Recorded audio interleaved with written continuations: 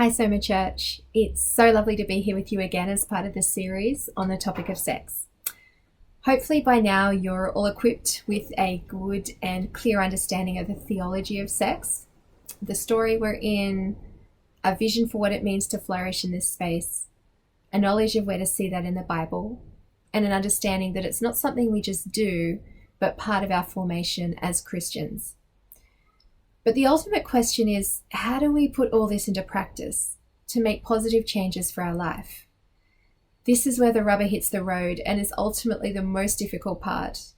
In other words, now we know this in our head, how do we translate this into action and make changes to our lives to become more Christ-like? As a Catholic writer by the name of Connor Sweeney says, the universal call to holiness is not simply about following a moral code. It's never simply about doing something. Rather, it's about being something, being someone, and being someone for someone else. And of course, that someone else is ultimately God. So this morning, I'd like to challenge you to process through what that might look like for your life.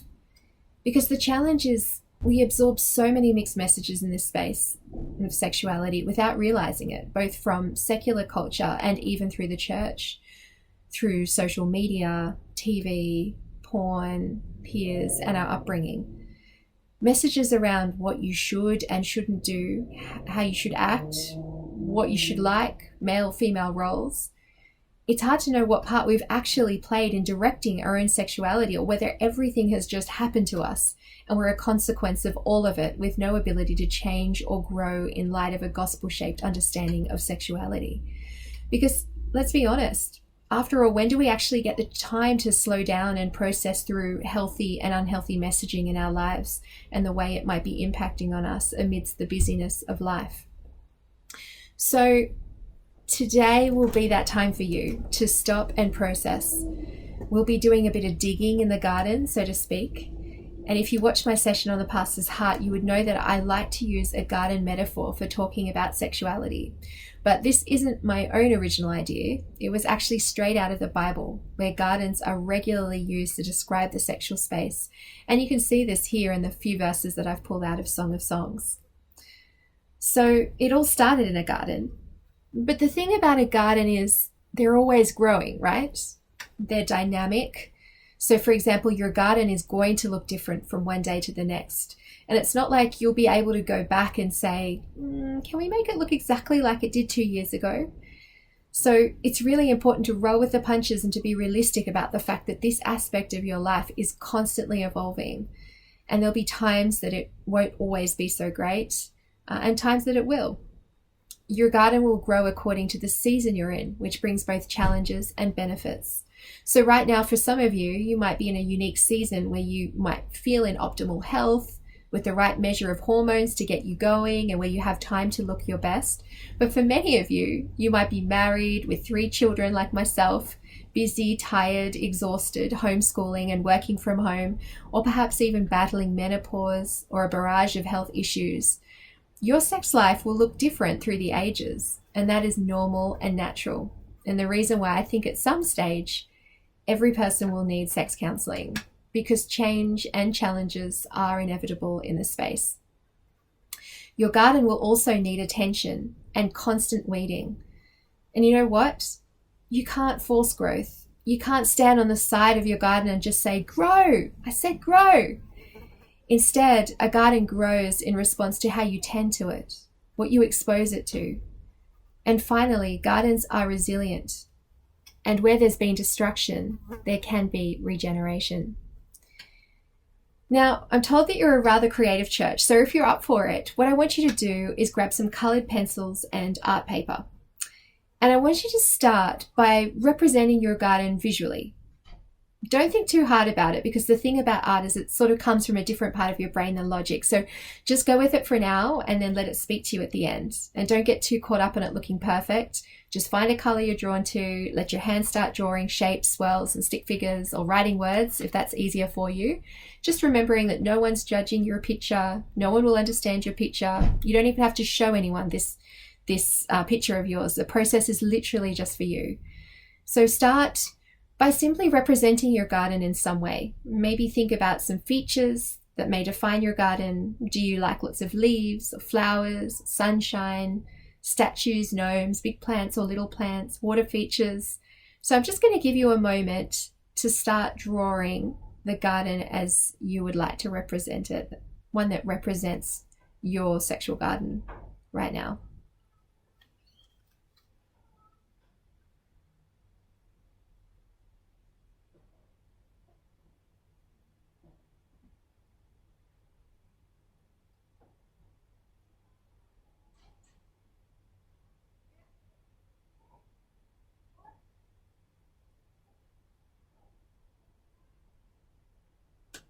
I'm going to give you a minute, so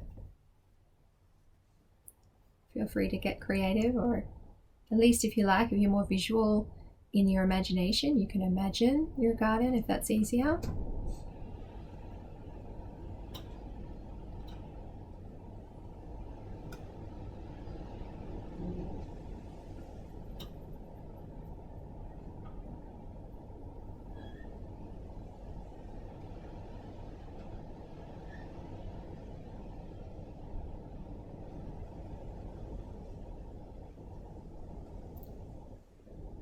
Okay, and as I said, you're most welcome. Just keep drawing as you listen to me talking as well. Some people actually listen even better when they're drawing or scrolling or scribbling. So you're more than welcome to keep drawing as I talk, and just see what comes out of what comes out of you as you reflect on some of the questions that I'll be leading you through, and as you reflect on your garden and what it's looking like. And also towards the end, we'll talk about what you'd like it to look like. So the thing about a garden is that there's no one perfect garden, right? You all have different visions for what a beautiful garden is. You can have a fantastic cactus garden, or a lush rainforest garden, or a neat Japanese garden. One is not less than the other. They're just simply different, and there's very little value in comparing.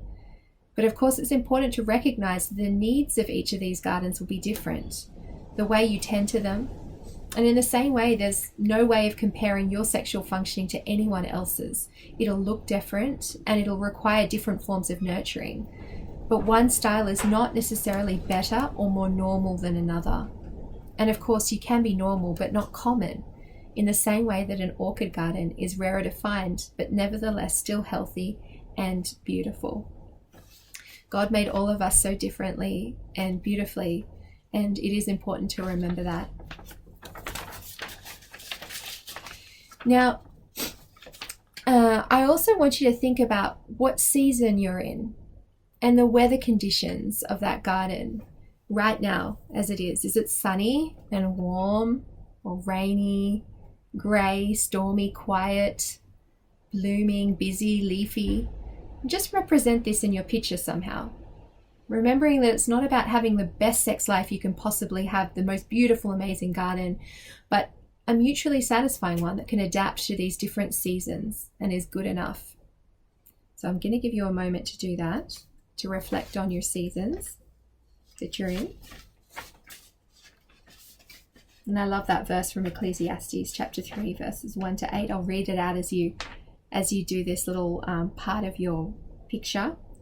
For everything there is a season, and a time for every matter under heaven. A time to be born and a time to die. A time to plant and a time to pluck up what is planted.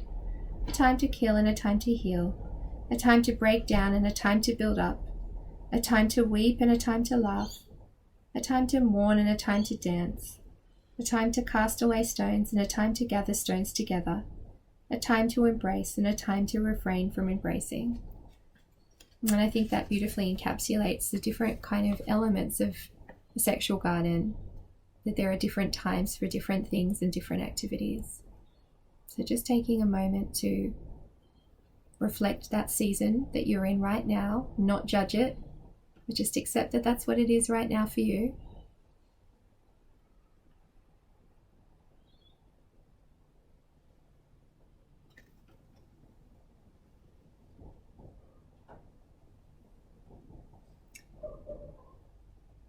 And the next thing I want you to do is think about what kind of soil you've got in your garden and to draw it. Now, the soil being your mind, Your mind is the biggest sex organ. The mind actually influences so many aspects of sex. It influences the way you experience desire and arousal, and it guides your expectations, what you recognize as sexually relevant contexts, and whether you move toward or away from sex.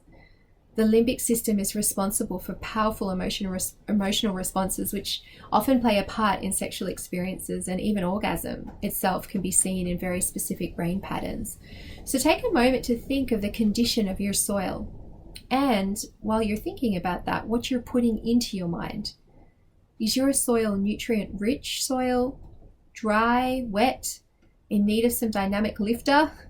And just represent this in some way in your soil or in your picture of the kind of soil that's fostering or nurturing your garden at the minute.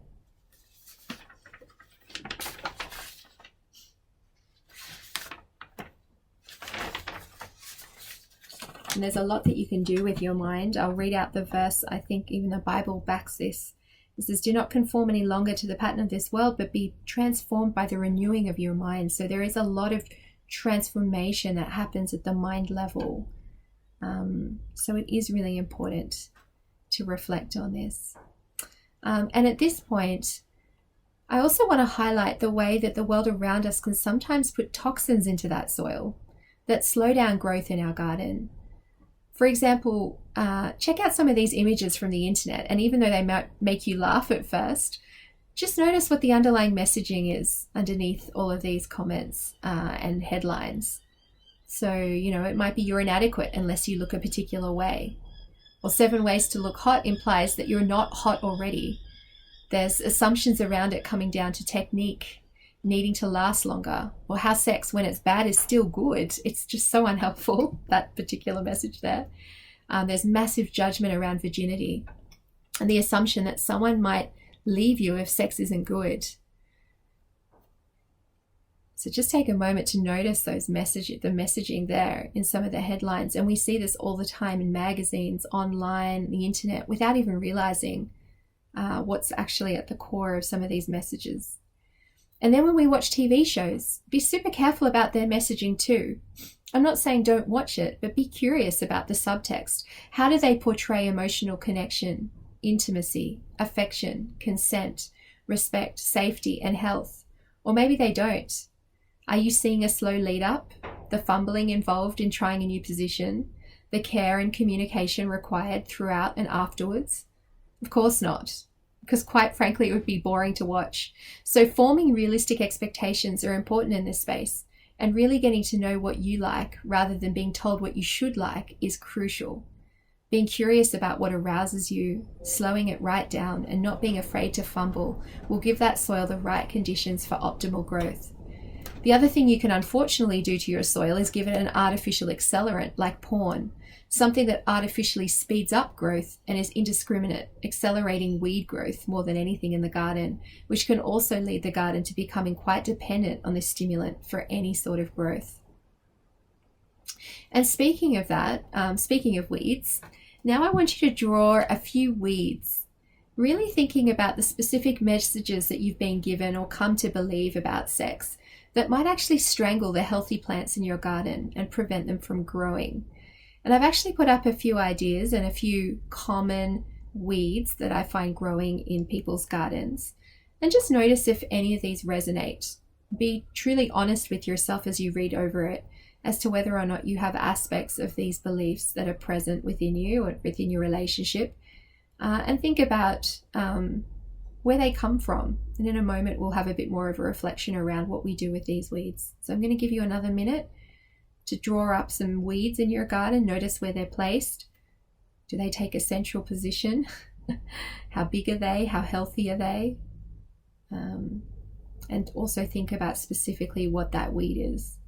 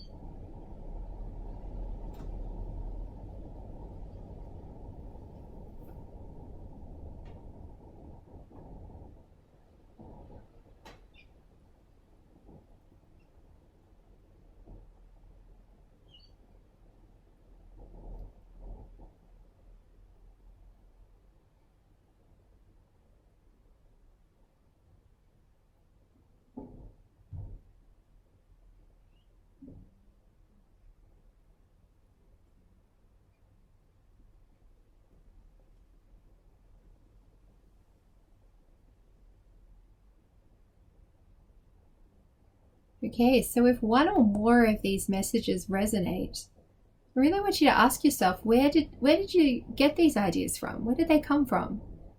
Is there any evidence for them? Is it allowing your garden to thrive? And how do these beliefs shape your expectations of the way you approach sex? Does your partner agree with you?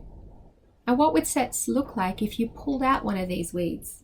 Which we'll try and do right now as we speak. So try doing this now on your paper. I want you to metaphorically pull out a weed and plant a new seed by writing down the exact opposite of one of these myths in your soil. And just thinking about how your sex life might look different if you were to adopt this opposing belief. So write down the exact opposite, just for a bit of fun, as a bit of pushback to the previous myth. And just notice how this might free you up to show up in sex in a different way.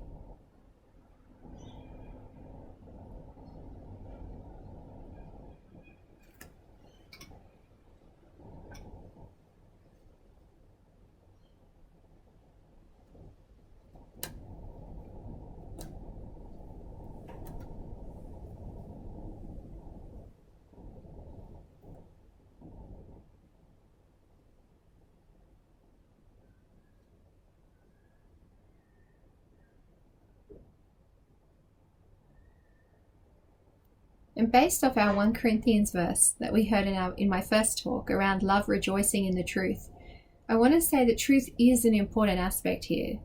And how do you know whether these concepts are actually weeds or myths? And that's a really important question. Well, science is a really good start. And for many of these, I can actually give you studies that disprove them and reasons why it's really unhelpful to your sex life to believe them. For example, take this first one. I need to feel sexual desire and arousal before engaging. Now, the truth is, recent studies show that there are actually 2 types of desire: spontaneous desire and responsive desire. And for those that experience the responsive desire, this is their sexual cycle. You start out with emotional intimacy, and that actually motivates the sexually neutral person, neutral woman, because it was a piece of research done on women, to be responsive to sexual stimuli. And that might be a kiss or a peck from a partner. And then depending on psychological and biological factors, what time of the month they're in or how stressed they are at work, that will move to or can move to sexual arousal. And only after that does that person experience desire. That's when desire kicks in, halfway around the cycle. Once there's been emotional intimacy, once there's been stimuli, once there's been physical arousal in their body, then they desire to have sex. And then there's some form of emotional and physical satisfaction, which isn't necessarily orgasm, but some really enjoyable experience that adds to the intimacy and sends the cycle around again, even stronger. So this is a totally different thing to what we expect in our society, where we expect desire to come first before anything else. It actually mobilizes the cycle, is what most people are waiting for. So I guess what I'm trying to say is desire kicks in only once the person who has responsive desire are well and truly involved sexually. But if you don't know this piece of science, you could be tricked into thinking, I don't feel like sex right now. I have no desire. Therefore, I probably don't need it. Or your partner might be tricked into thinking, they're not initiating. Therefore, they don't want sex. But both positions are untrue. And they result in either feelings of self-doubt, like what's wrong with me? Am I broken? Why aren't I experiencing sexual desire? Or rejection, a sense of rejection for the partner who's wondering why their partner isn't experiencing spontaneous desire like they are, which is super unhelpful. So we can weed that one out and replace it with a healthier understanding of the 2 different kinds of desire that people experience. So now in your garden, I want you to surround it now with a containing boundary. After all, this is a really precious space, our gardens. It's a precious space that to be protected, and you need a supportive structure that provides protection for optimal growth for the garden it contains. And as you do this, think about when you might invite someone into your garden. Like, do you have a door? How big or small is the door? Can people climb over your boundary or look in? Is it more like a fence or a wall with windows? So take a moment just to notice what is surrounding your garden. And also have a think about what it means to you to share this garden with someone else. And why do you do it? In other words, not only when do you choose to have sex, but why do you have sex? And what does it mean to you? And which biblical principles might apply here? Of course, if you're single, you can still answer these questions for yourself too. So take a moment just to reflect on your boundaries around your garden and draw that, represent that in your picture in some way.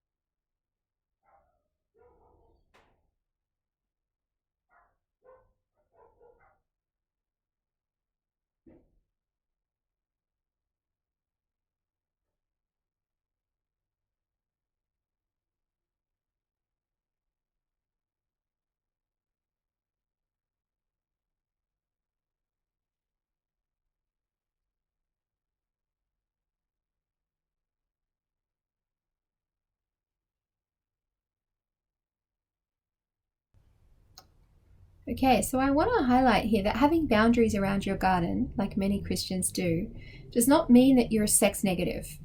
In fact, it may mean the opposite, that you're so sex positive that you're willing to go to great extents to ensure that this part of your world remains safe, pleasurable, consensual, and enjoyable.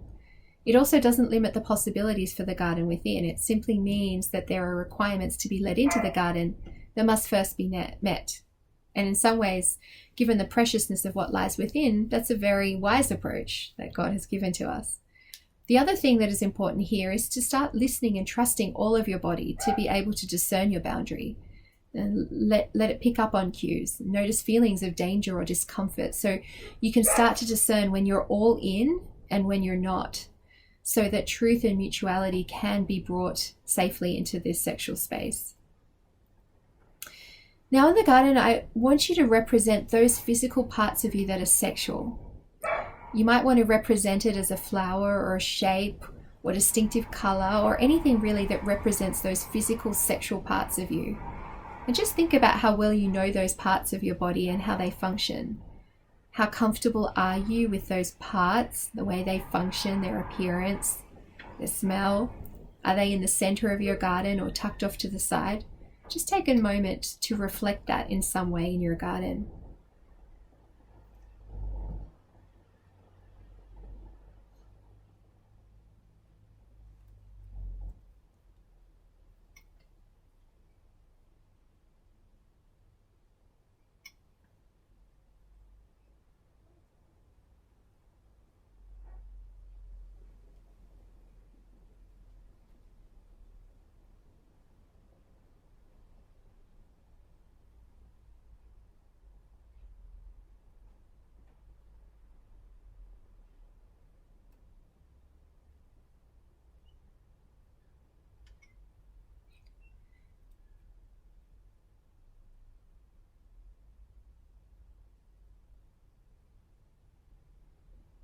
Okay, and now I want you to represent some erosion in your garden.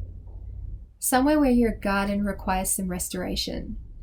You might represent it with some dead or ripped plants or a dark cave or a spider or something that indicates that things aren't quite right. We all know that there can be garden erosion, the wearing away of healthy soil, and sometimes damage to our garden. And this is the inevitable wear and tear of sin. Everyone has these spots in their garden, and it can be all too easy to ignore or hide them or wallow in them. These are spaces of shame, and this is the most common thing I see in everyone that walks into my office. People feeling shame for too much sexual experience, too little sexual experience, shame around the kind of experiences they've had, their sexual identity, or what they want to experience. And if people linger too long in this space, the rest of their beautiful garden can go unnoticed and uncared for. So I really want to speak into this space. When Adam and Eve ate the apple, they also experienced shame, and also ironically hid in the garden as God called out to them, "Where are you?"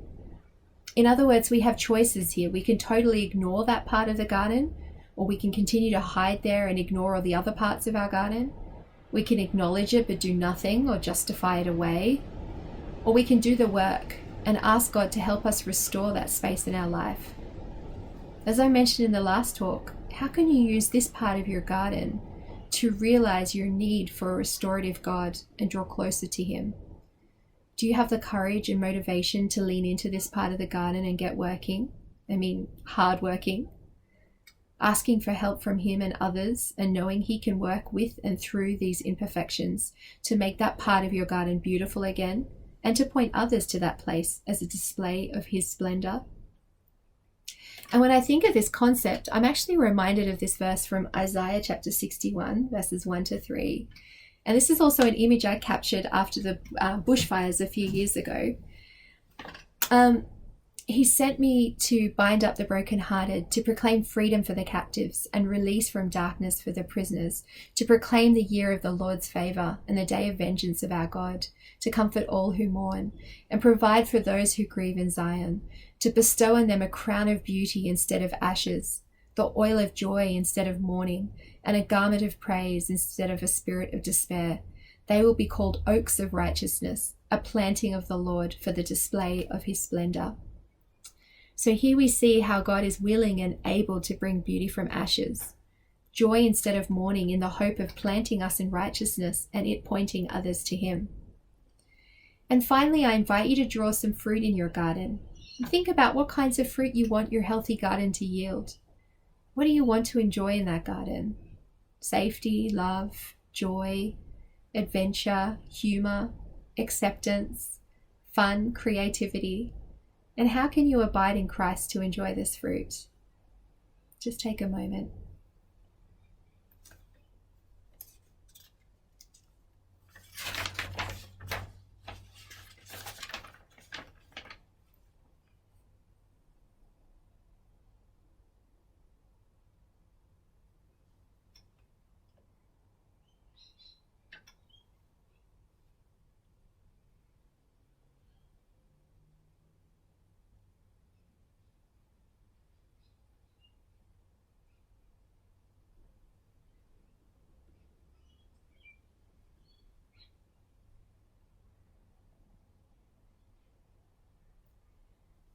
So now that you have a sense of your garden, its beauty and its boundaries, the sort of soil you want to put in it, the weeds you want to pull out and the seeds you want to plant in its place, a familiarity with those parts that represent your physical sexuality, and an acknowledgement of parts of your garden that could do with some restoration and regeneration, take a moment to step back and look over your garden. What do you notice about it? Do you like it? How are you feeling towards it? Be curious about how you've represented your body parts and ask yourself, how much do you actually know about those parts of you? What is your relationship to those parts when you think about them? If you can't appreciate the beauty of your body, how will you comfortably be able to let anyone else near it? To be familiar with your garden and to accept it is a really important key to sexual wellness. Now look at your garden broadly. Do you find yourself judging it or feeling a need to justify it to someone else? Do you desperately want to see what other people have so you can compare it? Do you find yourself thinking in black and white terms, like this is bad and this is good, this is right and this is wrong, this is too complex or too simple? Do you like your garden, or is everything there more about what the world has told you is a good garden? Is there something you're afraid of in your garden, or something that brings up another emotion in you? Can I encourage you to really engage with that garden artwork of yours, and for a moment look at it through a lens of curiosity? What's one thing you can learn from this picture? And secondly, where does it need work in the present moment?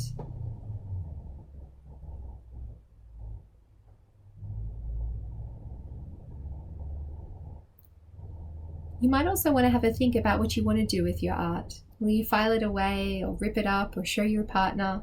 And if you do want to show them, how will you share it with them? And moreover, how will you get to know their garden, acknowledging that it's likely to be very different from yours? And this is a really important next step for those of you that are coupled up. Not only how you'll approach your own garden with respect and non-judgment, but how will you explore and honor your partner's garden if they show it to you, when they may have different needs to you or want it more or less often than you. They may have different boundaries or expectations. There may be different things you each enjoy, different styles of lovemaking, different ways of communicating through it all. And how will you tread carefully in those parts of their garden that have sustained damage and are delicate? Your challenge will be to resist a sense of entitlement that indicates that all parts of their garden must be open to you at all times, or to resist shaming or judging them for their gardens looking or needing something different to yours. To resist comparing your sex life to other people's or what you see on TV, and to simply hold a space of curiosity and acceptance of any differences or surprises, to assure them that you will nurture and care for their garden and respect it as you go on a journey together, to find spaces where you can mutually enjoy each other's gardens. Excuse me. And this is why the grass isn't greener on the other side, but greener where you water it. So I thought I'd end with just a few sexologist tips moving forward. This has been a very practical session. Although there's been a bit of Bible verse in there, a lot of this is really about healthy sexuality and sexual wellness for couples.